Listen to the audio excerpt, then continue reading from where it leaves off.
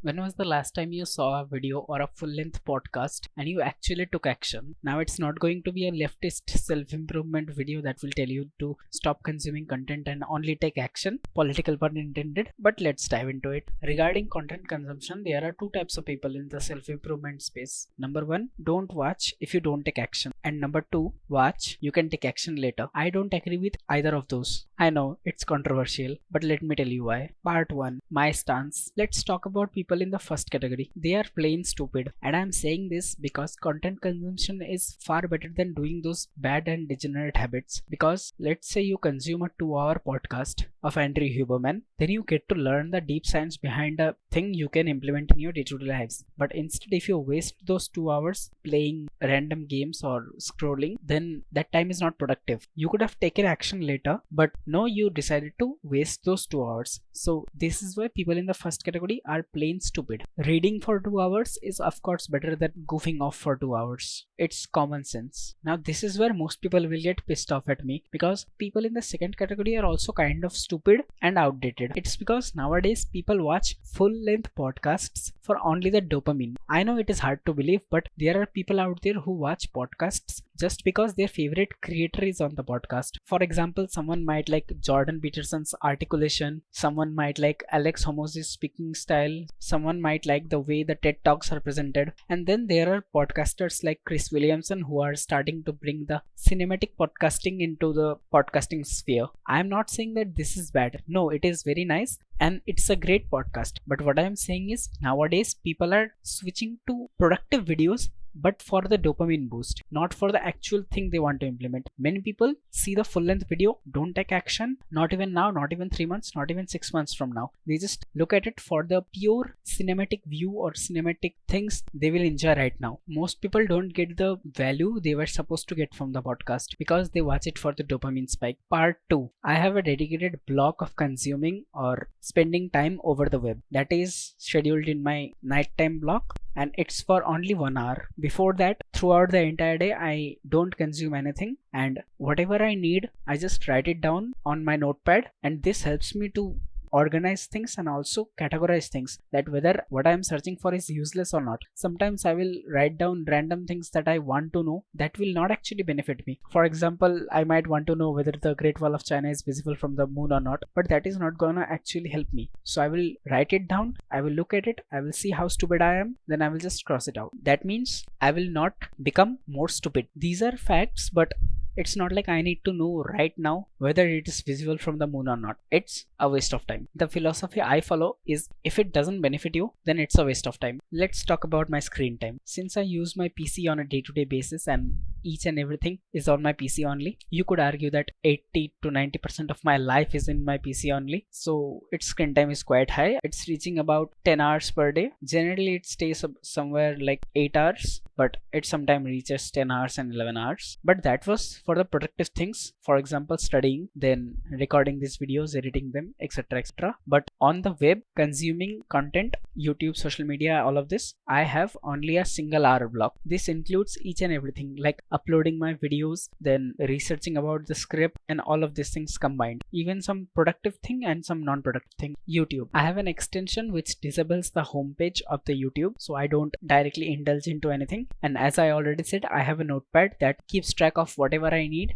so I just search whatever I need at that time on YouTube. My homepage is disabled, so I don't directly click on some random video, and I actually search for and consume the content I want to consume. And for creating part, of course I have to use my YouTube Studio app, so that time is about like 15 minutes for uploading the entire video, going through it, adding in screen and all of this thing. Other social media, Instagram, I'm pretty infrequent in, and sometimes I open it like once every 3, 4, 5 days. People send me many reels, but I never just look at them each and every day. Sometimes I just look at it once in every 4 days. If I find it is interesting, then I look at the full thing. Otherwise I will just look at the first 1 or 2 seconds and I will just close it. I will write a random feedback to my friends saying that yes, it was funny and all of these things. I really hope none of them is watching because they are gonna get really sad. And I use it for communicating with different people. WhatsApp, it's a very important tool for me because I have to communicate. I have to use it for about 10 minutes a day. Other websites combined, I use it for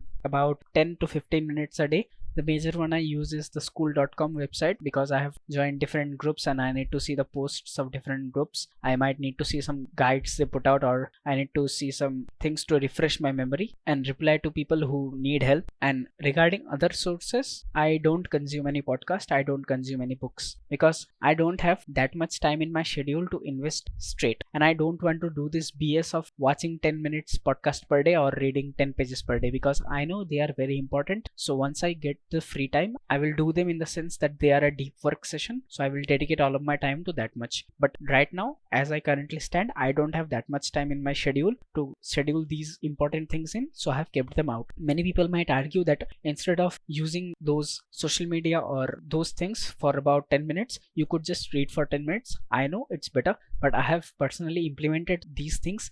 Reading 10 minutes a day, watching 10 minutes of podcast, it never helps, because at the end of the day, sometimes it's very important for me to get onto social media because I might be looking for some important things. That's why I will only add those podcasts and books whenever I feel that the time is necessary, because right now my current primary focus is recording this video and blowing up this channel as fast as I can. That means I have to keep up my daily uploads, so I cannot just remove all of my working time and just read books. This is very controversial, and I know most people, about 99.9%, won't agree, and even those 0.1% who will agree, they will also view it as skeptical, because I am not doing essentially one of the best self-improvement habit that it is out there, that is reading. And I personally even understand the consequence, but I just have to do it because there is no other way. Simply put, that if you were in my shoes, then you would have done the same. So am I too extreme with this? Hell yeah, because extreme gives extreme results and mediocrity gives mediocre results. That is the one thing you have to understand. If you take away something from this video, then let it be this, that if you do extreme shit, you're gonna get extreme results. If you do mediocre shit, you're gonna get mediocre results. Part 2, good and bad of positive media consumption. Let's first talk about the benefits. There are various benefits, like you will get new knowledge, you will get new ideas, new protocols to follow, new mindset, and the list goes on and on, because you will get so many tools and so many ideas and mindsets that you need on your journey. But with good comes bad, and too much of positive thing can even turn into a negative. I know I just upset many mathematicians. Number 1 is, as I previously spoke, getting hooked onto the things. Number 2 is getting exposed to too much of information, and too much information means having too much on your plate. You will not be able to deal with the things that you have to deal, because you will get overwhelmed by the information. For example,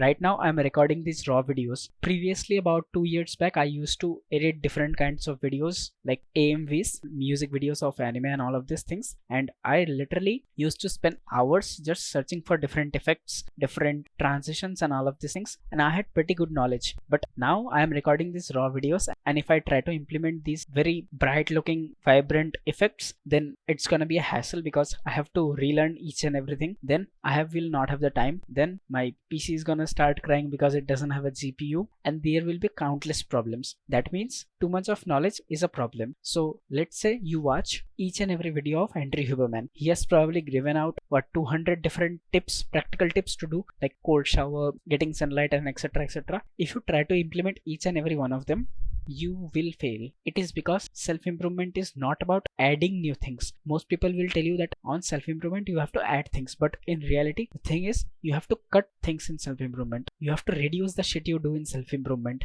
And what you have to understand is, whenever most people are agreeing to something, it is wrong. Most people are saying that you have to add new things, add new good habits to counter your bad ones. That is total BS, because you have to reduce your bad habits instead of increasing your good habits. You can maintain those good habits, but you have to reduce your bad habits first. And bad habits might be even too much of media consumption. And this leads us to our third point, that is procrastination. If you have too much on your plate, you will not do a single thing. It's because, let's say you recently got into the idea of habit tracking and you really want to set up a tracker. Most people will set up a digital tracker, and for digital tracking you can use Microsoft Excel, you can use Notion, you can use different kinds of apps that are out there. And so now you have to learn each and every app out there. Then you will try to think that, alright, now I'm habit tracking, let's see how much progress I have made, let's see the graph of me. then you're gonna waste time in graphing all of these things. This is how small things lead to big time wastes. This is just a very fine example and very minute example, but imagine these kinds of things which lead you down into a rabbit hole. If you try to pursue them each and everything with 100% accuracy, you will fail, and that's for certain. Part 3, conclusion. The first thing you have to understand is too much of something is a bad thing. Whether it is doing meditation, gratitude journaling, or it's consuming content, too much of something is actually not good for you. I'll give you a very nice analogy. What will happen if you try to do 100 push-ups, but in reality you cannot even do 10 properly? Next day your body is going to be all sore and you probably won't be able to work out for 5 days straight. That's why too much of something is bad. Point number 2, consume in moderation. What do I mean by moderation? Moderation doesn't mean that alright 10 minutes per day or 10 pages per day. None of this bullshit is moderation. Moderation means consume what you need to. Let's say you already have a pretty good system of managing all of the tasks you are doing. You don't need to consume any shit of how to manage your task better. This app will help you manage your systems properly. You don't need to browse all of these things. And let's say if you are already stuck to a workout plan that you have made or that you have purchased from somewhere, you don't need to go and look at 50 different plans. Stick onto the thing you're currently doing. That is what is meant by moderation. Moderation is not like 10 minutes per day or 10 pages per day, all of this nonsense. This leads us to point number 3 very nicely. That is, ask yourself, do I really need it even though it's a good thing? 99% of the time the answer will be no, because you don't need that extra bit of knowledge right now. You're probably not even gonna do something about the information. Most people don't take notes when they watch a podcast or a video. What they do is they just mindlessly watch the things because they are understanding that in the moment, but they don't realize this, they are gonna forget it again and they need to rewatch the 3 hours of podcast, which they will not do. That means their idea will be lost. So what you have to do is, whenever you really want to know about something, watch that podcast or watch that long video and then take notes. Now don't start taking notes in a student kind of way. You don't have an exam coming up. Write the things that you find that are helpful. Basically put, try to not consume too much of BS that you don't need or won't use. Point number 4, start taking action. Now, how many more days are you just gonna sit there and not do anything? What are you hoping for? Randomly $10,000 will drop from the sky and you will have the tech and the gear to do all of these things. You don't need more knowledge to start something. What you need to do is you have to start something. That is the one thing that's gonna help you. I have also previously spoken about this topic. Most people try to get the equation 1 effort equal to 10 output, but what most people don't realize is, for this equation to work out, you have to start with 10 effort equal to 10 output. Then slowly you can optimize it on the way. You cannot just think that I will consume knowledge from the most intelligent minds of the world and I will actually understand and I will actually be able to apply. They can understand and they have understood the knowledge because they applied it. That's why you also have to apply the knowledge to see whether it works or not, and you have to find the work that you need to do, and you actually have to start the work that you need to do. How many more days are you just gonna be waiting there? If throughout the video you liked my articulation, then go and click this one to know about a problem that you don't even know it exists. Or if you are a student who wants to know the 20% task he or she can do to get 80% of the marks, then go and click this one. I'll see you in the next one. Start if you haven't already.